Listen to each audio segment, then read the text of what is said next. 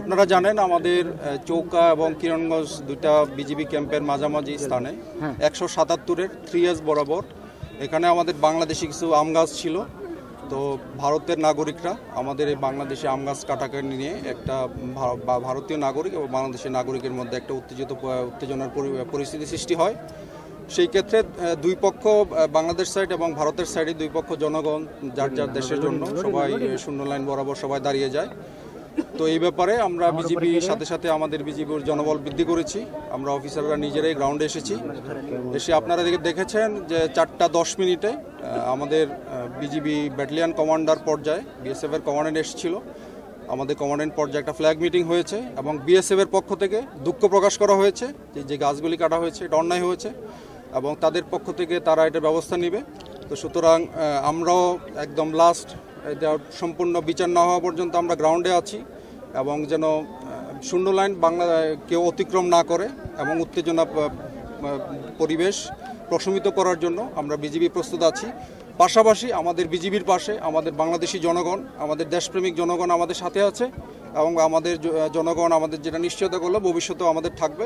সুতরাং আপনাদের মাধ্যমে আমি রিকোয়েস্ট করতে চাই বর্তমানে শূন্য লাইন বরাবর আমাদের জনগণকে দূরে সরে আসার জন্য বিজিবি আমরা দিনরাত প্রস্তুত আছি। আমরা ইনশাল্লাহ যে কোনো পরিস্থিতি আমাদের বিজিবির কন্ট্রোলে আছে। তবে আমরা এটা বিভিন্ন মব কন্ট্রোল করার জন্য ওরা সাউন্ড গ্রেনেড নিক্ষেপ করেছে, যেটা ওরা ইন্টারন্যাশনাল আইন যেটা আছে এটা ভঙ্গ করেছে।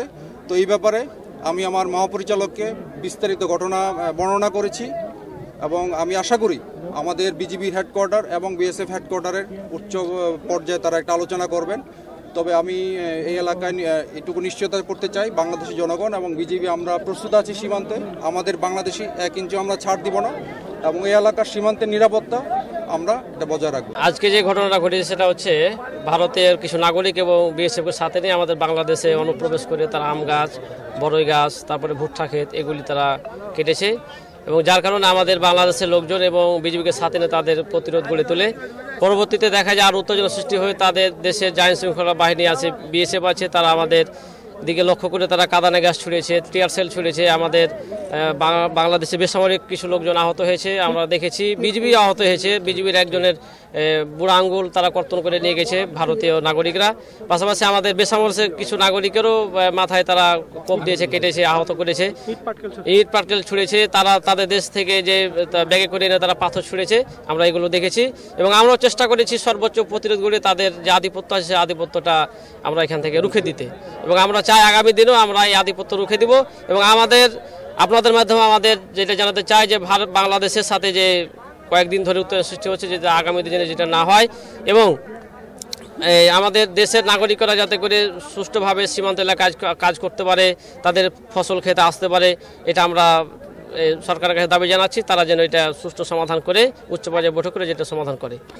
এই গত 6, 7, 8 জানুয়ারি যে সীমান্তে চৌকা সীমান্তে একটা উত্তেজনা বিরাজমান ছিল তার বেড়া নির্মাণকে কেন্দ্র করে, তারই ইস্যু ধরে এই গত রাতে তাদের এই কিরণগঞ্জ সীমান্তে কে বা কাহারা তাদের নোম্যান্স ল্যান্ডের ভিতরে ভারতের খাতের গম নাকি কেটে নিয়ে গেছে। এই অভিযোগ নিয়ে আমাদের এই কিরণগঞ্জ সীমান্তে এবং কিরণগঞ্জ চৌকা সীমান্তে কথা কাটাকাটি হয়। এক পর্যায়ে তাদের ভারতীয় কৃষকজন তাদের বিএসএফকে সাথে নিয়ে ইট, তীর এবং কাঁদানে গ্যাস ককটেল নিক্ষেপ করে এবং এক পর্যায়ে যে বাংলাদেশের কৃষকেরা ছিল জীবন রক্ষার্থে তারা নিজ অবস্থানে সরে আসে এবং তার পাশাপাশি বিজিবি এসে আমাদেরকে নিরাপদ স্থানে নিয়ে যায়। আমরা এটা নিশ্চিতভাবে বলতে পারি যে এটা তার বেড়া নির্মাণকে কেন্দ্র করে পরিকল্পিত ইস্যু এবং তারা পরবর্তীতে বাংলাদেশের ভিতরে এসে বড়ই গাছ, সরিষা ক্ষেত, আম গাছ কেটে ফেলে দিয়েছে।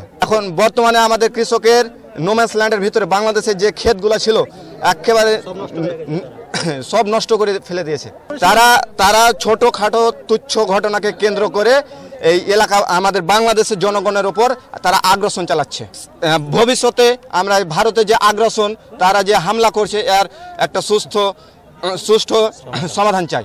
আমরা দীর্ঘদিন ধরে এই সীমান্তে উত্তেজনা দেখে আসছি এবং এর আগে অনেক কৃষক আহত হয়েছে, বর্তমানেও হচ্ছে।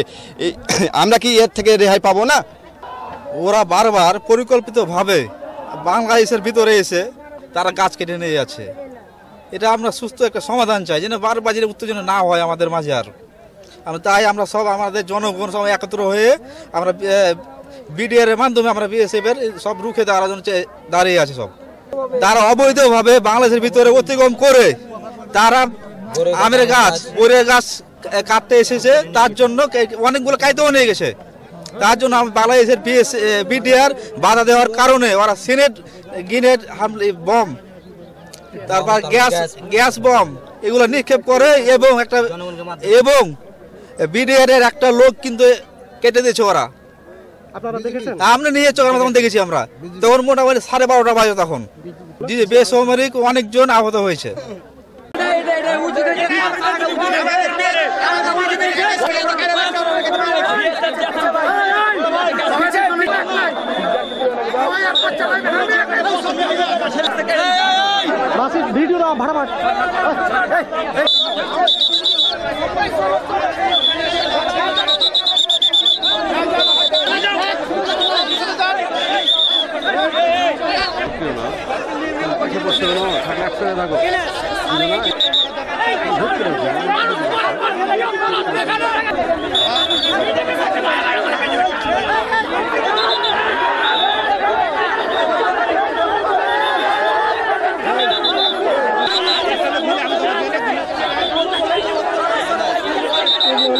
Ini